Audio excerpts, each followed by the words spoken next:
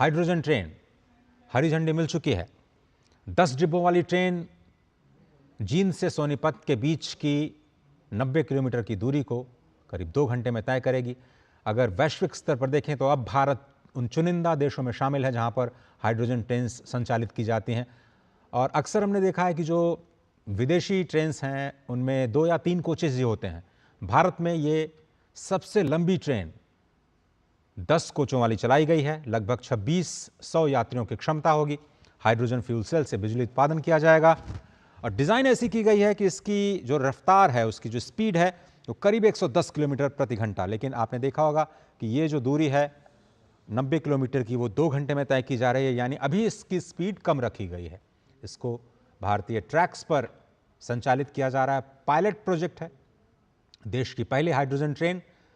इसके सफल संचालन के बाद ऐसे रूट्स जहां पर इलेक्ट्रिफिकेशन नहीं हुआ है वहां पर हाइड्रोजन ट्रेन को चलाया जाएगा। होगा इससे ये कि जो डीजल पर निर्भरता है, और अभी बहुत बड़ा शेयर नहीं है डीजल ट्रेन्स का हमारे देश में, उसको रिप्लेस करने में मदद मिलेगी, कार्बन उत्सर्जन घटेगा।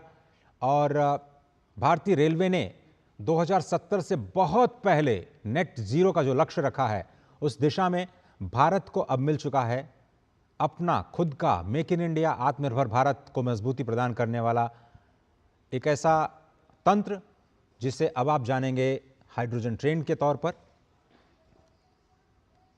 और आज भारत उन चुनिंदा विकसित देशों की कड़ी में शामिल हो चुका है जहां पर अत्याधुनिक सुरक्षा प्रणालियों के साथ इस नई नमो ग्रीन ट्रेन का संचालन किया जाएगा।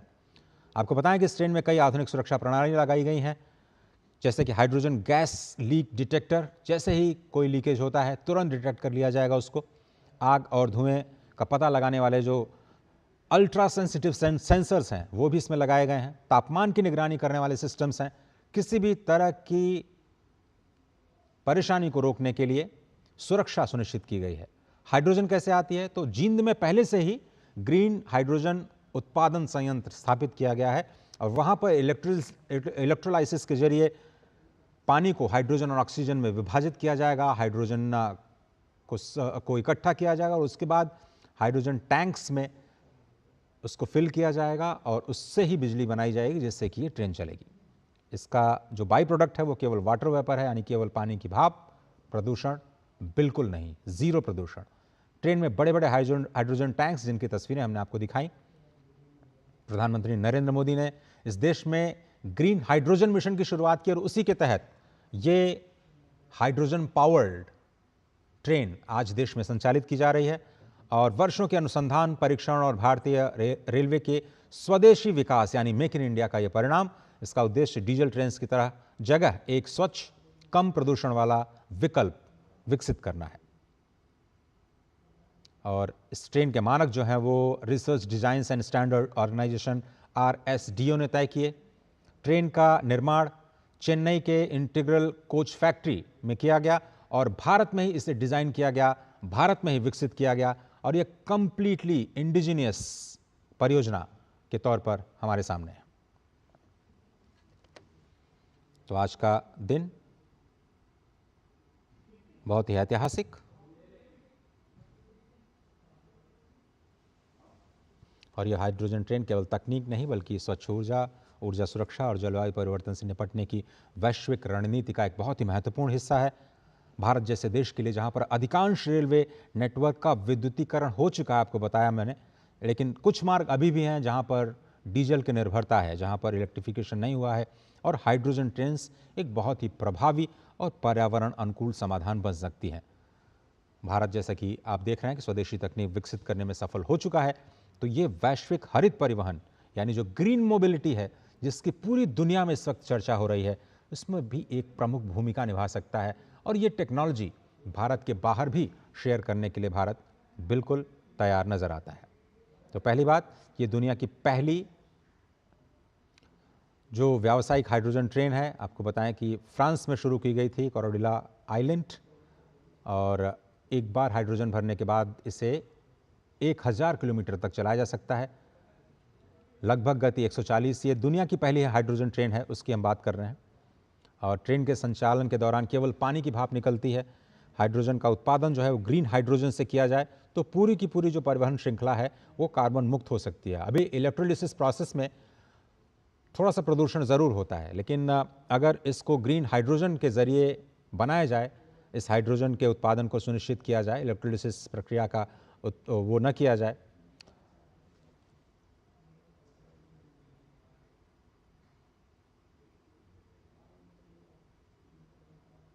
तो ये भारत की जो तकनीक है अपने आप में एक ज़बरदस्त उदाहरण नमो ग्रीन रेल का।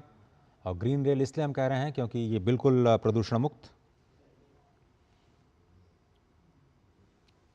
बार बार हम आपको ये समझा रहे हैं कि जो शून्य कार्बन उत्सर्जन है, केवल जल वाष्प निकलता है, वही इसकी सबसे बड़ी खासियत है।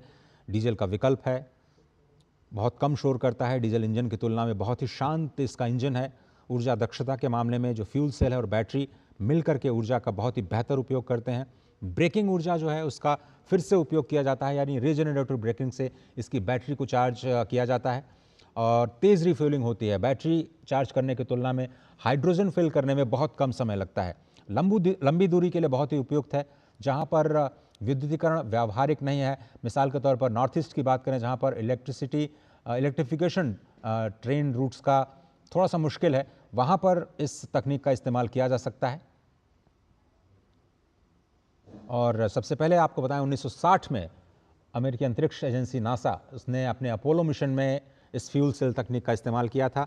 रेल क्षेत्र में हाइड्रोजन तकनीक को जो कॉमर्शलाइजेशन करने का अगर श्रेय जाता है तो वो है फ्रांस की कंपनी एल्स्ट्रॉम को। एल्स्ट्रॉम ने सबसे पहला कैरेडिया आइलैंड नाम का दुनिया का पहला यात्री हाइड्रोजन ट्रेन विकसित किया। 2016 में इसका पहला सार्वजनिक प्रदर्शन किया गया। तो बहुत पुरानी बात नहीं है, सिर्फ 10 वर्ष पहले हाइड्रोजन ट्रेन का प्रदर्शन जर्मनी के बर्लिन में किया गया था। इनोट्रांस प्रदर्शनी का नाम था। और उसके बाद 2018 में जर्मनी ने पहली बार नियमित यात्री सेवा में हाइड्रोजन ट्रेन चलाई। तो जर्मनी को श्रेय जाता है यात्री ट्रेन चलाने का, उससे पहले फ्रांस को श्रेय जाता है इसको बनाने का। और एल्स्ट्रॉम कंपनी बहुत ही जानी मानी कंपनी जिसने इसका सबसे पहले निर्माण किया। और 2022 में जर्मनी दुनिया का पहला देश बना जिसने पूरी तरह से हाइड्रोजन ट्रेन का व्यावसायिक बेड़ा यानी कॉमर्शियल ऑपरेशन शुरू किया। उसके बाद France, Italy, Austria, Sweden, Canada, चीन, दक्षिण अफ्रीका, ब्रिटेन, ये सारे देश जहां पर हाइड्रोजन ट्रेन परियोजनाओं पर काम शुरू किया गया। भारत में जो हमने ये शुरुआत की वो हाइड्रोजन ग्रीन मिशन, जो कि प्रधानमंत्री का एक बहुत ही पसंदीदा प्रोजेक्ट है, जिसमें हम देश में ही ग्रीन हाइड्रोजन का उत्पादन करना चाहते हैं और इसमें शुरुआत भी हो चुकी है। आत्मनिर्भर भारत की दिशा में एक बड़ा कदम। रेल मंत्रालय ने इसे हाइड्रोजन फॉर हेरिटेज, इस पहल के तहत हाइड्रोजन ट्रेन विकसित करने की योजना बनाई और इसका उद्देश्य यही था कि जितनी भी डीजल ट्रेन अभी बची हुई हैं उनको चरणबद्ध तरीके से फेज आउट किया जाए। और भारतीय रेलवे की ये योजना है कि जो सक्रिय और विरासत यानी जो हेरिटेज रेल लाइंस हैं वहाँ पर पहले इसकी शुरुआत की जाए। और इसीलिए हरियाणा का जो जींद है वहाँ पर जो रेलवे वर्कशॉप है जिसमें हाइड्रोजन फ्यूल सेल आधारित इंजन को विकसित करने का काम किया गया। तो बिल्कुल सक्रिय और हेरिटेज रेल लाइंस पर इसकी शुरुआत करने का जो प्लान बनाया था रेलवे ने वो बिल्कुल सफल होता हुआ नज़र आ रहा है। तो आपको इस तरह के हेरिटेज रेलवे ट्रैक्स पर जहाँ पर विद्युतीकरण नहीं हुआ है ये ट्रेन्स चलती हुई दिखाई दे सकती हैं। इसी तरह से ऐसे रूट्स जो अभी नए बनाए जा रहे हैं, मिसाल के तौर पर उत्तराखंड और जो नॉर्थ ईस्ट के कुछ राज्य हैं जहाँ पर पहली बार ट्रेन पहुँचाई गई है, वहाँ पर इसका परिचालन किया जा सकता है। और भारत का लक्ष्य केवल इस तरह की ट्रेन्स को चलाना नहीं है बल्कि मेक इन इंडिया के तहत इस स्वदेशी तकनीक को भी विकसित करना है जिससे भविष्य में जो हाइड्रोजन आधारित रेलवे प्रणाली है उसका निर्यात भी किया जा सके। तो आपने देखा कि भारत लगातार विकासशील देशों की सहायता करता आया है, चाहे वो तकनीक के माध्यम से हो या फाइनेंस के माध्यम से। हम दोनों ही मोर्चों पर अपने कैनवस को बिल्कुल खुला रखते हैं, खुले दिल से विकासशील देशों की मदद करने का प्रयास करते हैं और ग्लोबल इंटीग्रेशन करना चाहते हैं अपनी बेस्ट टेक्नोलॉजीज़ का, अपने बेस्ट प्रैक्टिसेस का। हाइड्रोजन ट्रेन की विशेषताएं लगातार हम बता रहे हैं। आपको बताएं कि दुनिया की पहली व्यावसायिक हाइड्रोजन ट्रेन कैरेडिया आइलैंड जो कि फ्रांस ने बनाई, फ्रांस के एल्स्ट्रॉम ने बनाई। एक बार अगर आप हाइड्रोजन फिल कर देते हैं तो 1000 किलोमीटर तक इसका परिचालन हो सकता है। दुनिया में जो सबसे बड़ी हाई स्पीड की ट्रेन है 140 किलोमीटर प्रति घंटा। भारत में जो ट्रेन हमने बनाई है 110 किलोमीटर प्रति घंटा, लेकिन फिलहाल इससे प्रायोगिक तौर पर यानी पायलट प्रोजेक्ट के तौर पर जींद और सोनीपत के बीच में चलाया जा रहा है। 90 किलोमीटर का ये सफ़र 2 घंटों में पूरा किया जाएगा। और अगर ये तकनीक सफल हो जाती है, पायलट प्रोजेक्ट जैसा कि लग रहा है कि सफल बिल्कुल हो चुका है, और पूरी टेस्टिंग के बाद इसे भारतीय रेलवे ने अन ट्रैक्स पर आज यात्रियों के लिए उतारा है। यूरोप में ऑलरेडी ये हाइड्रोजन ट्रेन्स हैं, वो जलवायु परिवर्तन से निपटने की रणनीति का महत्वपूर्ण हिस्सा बन चुकी हैं। तो अब भारत वैश्विक मंचों पर इस बात का दावा कर सकता है कि वो नेट जीरो के जो लक्ष्य को प्राप्त करने के लिए तेजी से आगे बढ़ रहा है। जिस तरह से हमने 2030 के जो एनडीसीज हैं, जो पर्यावरण संबंधी जो हमारे लक्ष्य थे, उनको हमने समय रहते उससे पहले पूरा कर लिया, उन कमिटमेंट्स को हमने पहले पूरा किया जो हम रिन्यूएबल्स के क्षेत्र में पूरी दुनिया को देते आए हैं। इसी तरह से भारत ने नेट जीरो का लक्ष्य रखा है 2030 तक, माफ कीजिएगा 2070 तक, और भारतीय रेलवेज ने नेट जीरो का लक्ष्य उससे काफ़ी पहले तय किया है।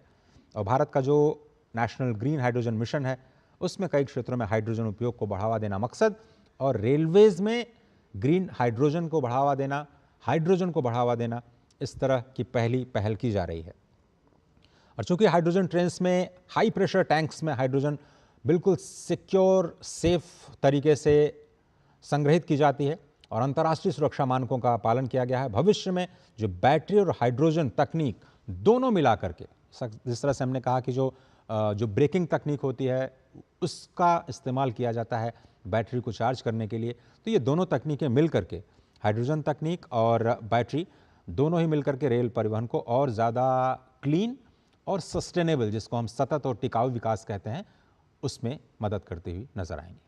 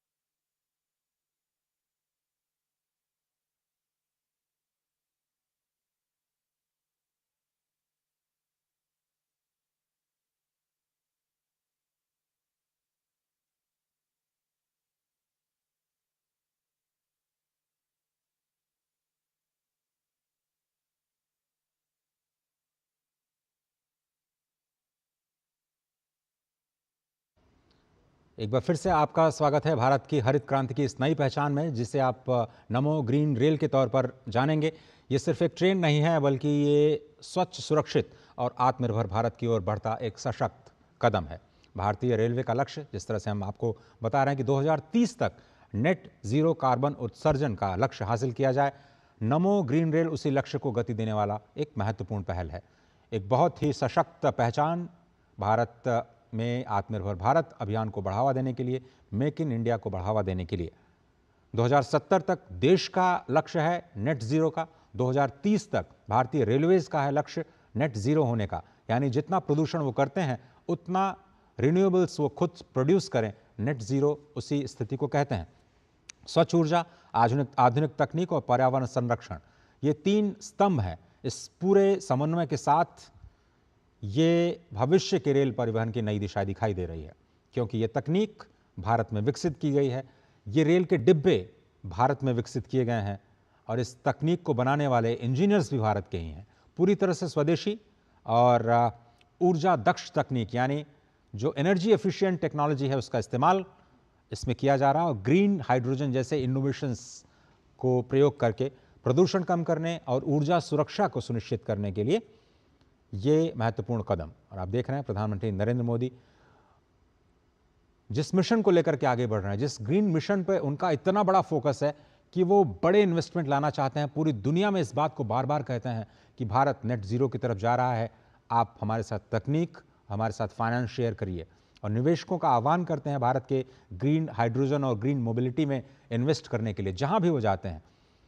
आज एक बार देश को ये कहने का मौका मिल गया है कि भारत स्वयं से उस तकनीक को डेवलप कर सकता है जो उसकी ऊर्जा आत्मनिर्भरता की दिशा में एक बहुत ही महत्वपूर्ण कदम है, और भारत ये भी चाहता है कि वो अपने समकक्ष या जो विकासशील देश हैं उनकी भी मदद करे। नमो ग्रीन रेल केवल यात्रियों को एक स्थान से दूसरे स्थान पर नहीं पहुंचाएगी, बल्कि एक ऐसे भारत का संदेश देती है जो लगातार विकास और पर्यावरण को तरजीह देता है। दोनों को साथ लेकर के चलते हैं, पर्यावरण की सुरक्षा और विकास, यानी विरासत भी और विकास भी। अभी बहुत सारे प्रोग्राम्स हैं आज प्रधानमंत्री नरेंद्र मोदी के, जिसमें वो अमृत स्टेशंस का अनावरण करेंगे, जिसमें 75 जो स्टेशंस हैं उनको अत्याधुनिक सुविधाओं के साथ लैस किया गया है, और वहाँ भी हेरिटेज का ख्याल रखा गया है।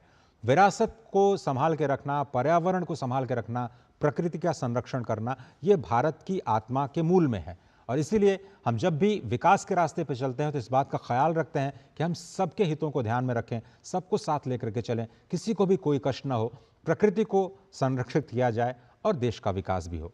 तो ये जो नमो ग्रीन रेल है वो एक ग्रीन थिंकिंग, एक हरित सोच, आधुनिक तकनीक, मॉडर्न टेक्नोलॉजी और विकसित भारत की नई रफ्तार है। इस हरित अभियान का हिस्सा आज भारतीय रेल बन चुका है। 2070 तक देश के नेट जीरो और 2030 तक अपने खुद के भारतीय रेलवे के खुद के नेट जीरो के लक्ष्य को हासिल करने के लिए इस ग्रीन मिशन का एक बहुत बड़ा पड़ाव आज हरियाणा के जींद स्टेशन में आप देख रहे हैं। प्रधानमंत्री नरेंद्र मोदी के साथ हरियाणा के मुख्यमंत्री और भारत के रेल मंत्री अभिवादन करते हुए इस तकनीक का, उन सभी दक्ष इंजीनियर्स का, हमारे वैज्ञानिकों का जिन्होंने इस मुकाम को हासिल किया, जो पर्यावरण और विकास दोनों को साथ लेकर के चलते हैं और दुनिया को दिखाते हैं कि भारत सक्षम है उन सभी तकनीकों को विकसित करने के लिए जो भारत के विकास के लिए, विकसित भारत के लिए अत्यंत आवश्यक है।